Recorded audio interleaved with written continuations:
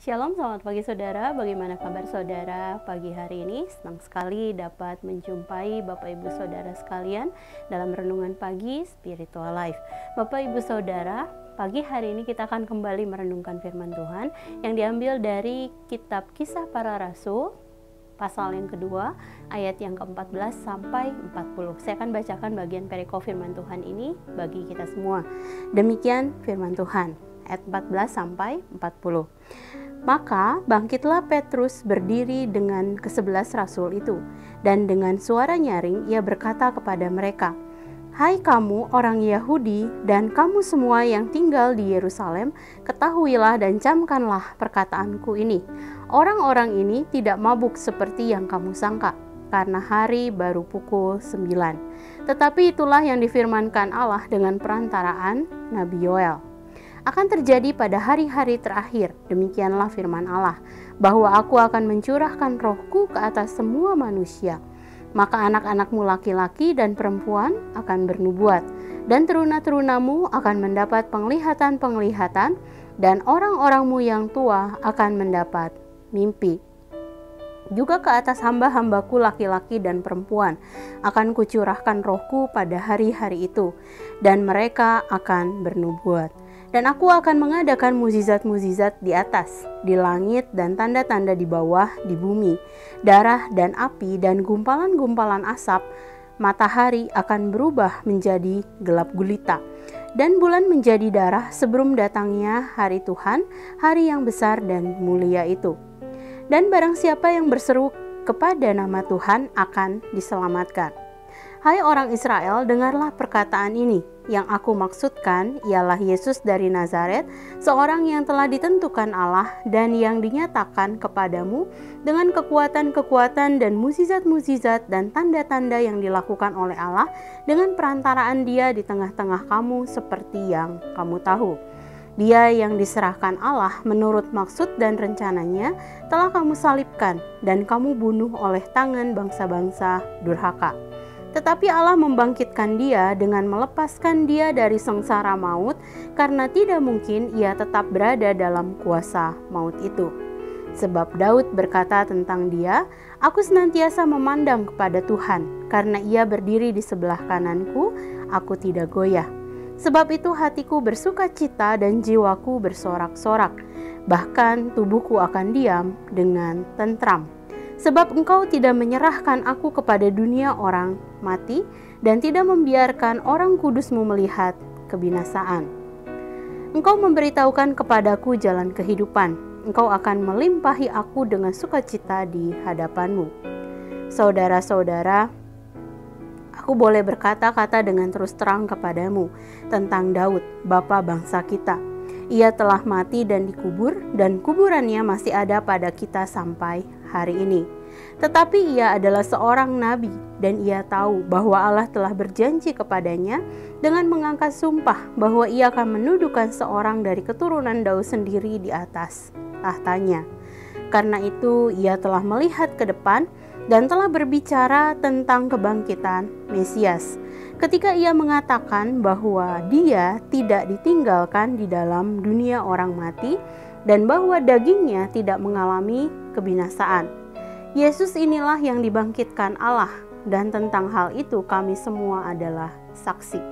Dan sesudah ia ditinggikan oleh tangan kanan Allah dan menerima Roh Kudus yang dijanjikan itu, maka dicurahkannya apa yang kamu lihat dan dengar di sini.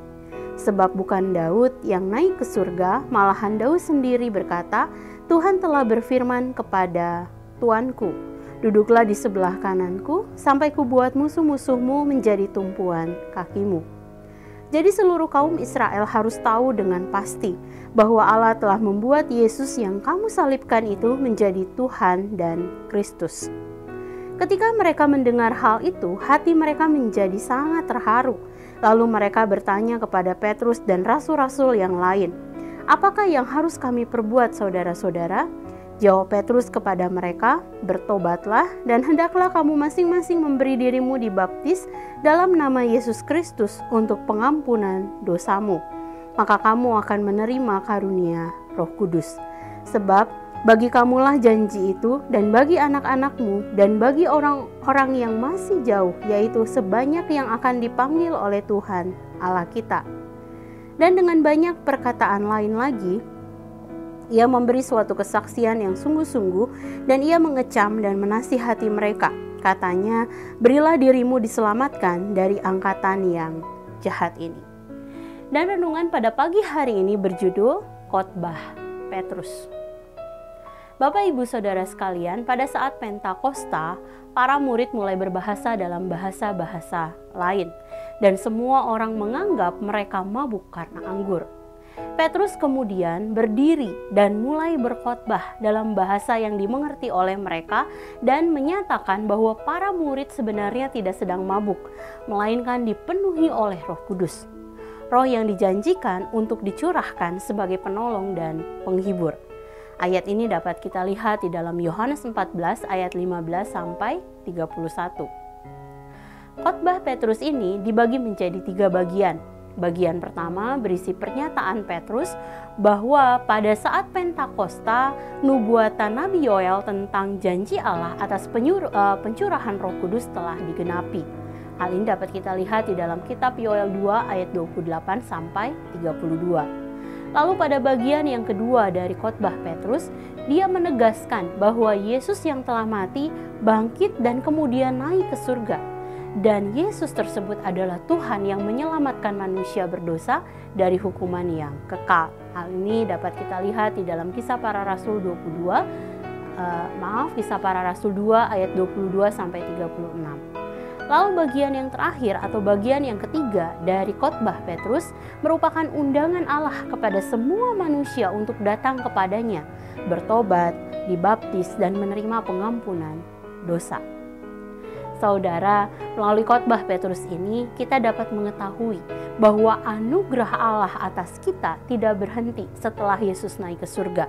Undangan Allah kepada semua orang berdosa untuk bertobat juga merupakan anugerah Allah kepada setiap kita. Pertobatan merupakan anugerah Allah sebab dengan menyesali dengan tulus dosa-dosa kita kepada Allah, maka hubungan kita dengan Allah akan dipulihkan. Dan tentunya kita akan memiliki kehidupan yang baru dalam Kristus, di mana setiap kita dibentuk menjadi serupa dengan Kristus. Oleh sebab itu, jika hari-hari ini Roh Kudus menegur melalui hati nurani atas kesalahan dan dosa yang belum diakui, mari kita dengan rendah hati mengaku dosa, menyesali dengan tulus, dan kemudian menjalani kehidupan yang baru untuk dibentuk serupa dengan Kristus. Saudara, mari sejenak kita merenungkan firman Tuhan yang baru saja kita dengar. Saudara, apakah hari-hari ini Roh Kudus menegur kita atas dosa, baik melalui teguran dalam hati nurani maupun saat mendengar firman Tuhan? Jangan keraskan hati kita dan terimalah anugerahnya untuk menerima pengampunannya atas kita.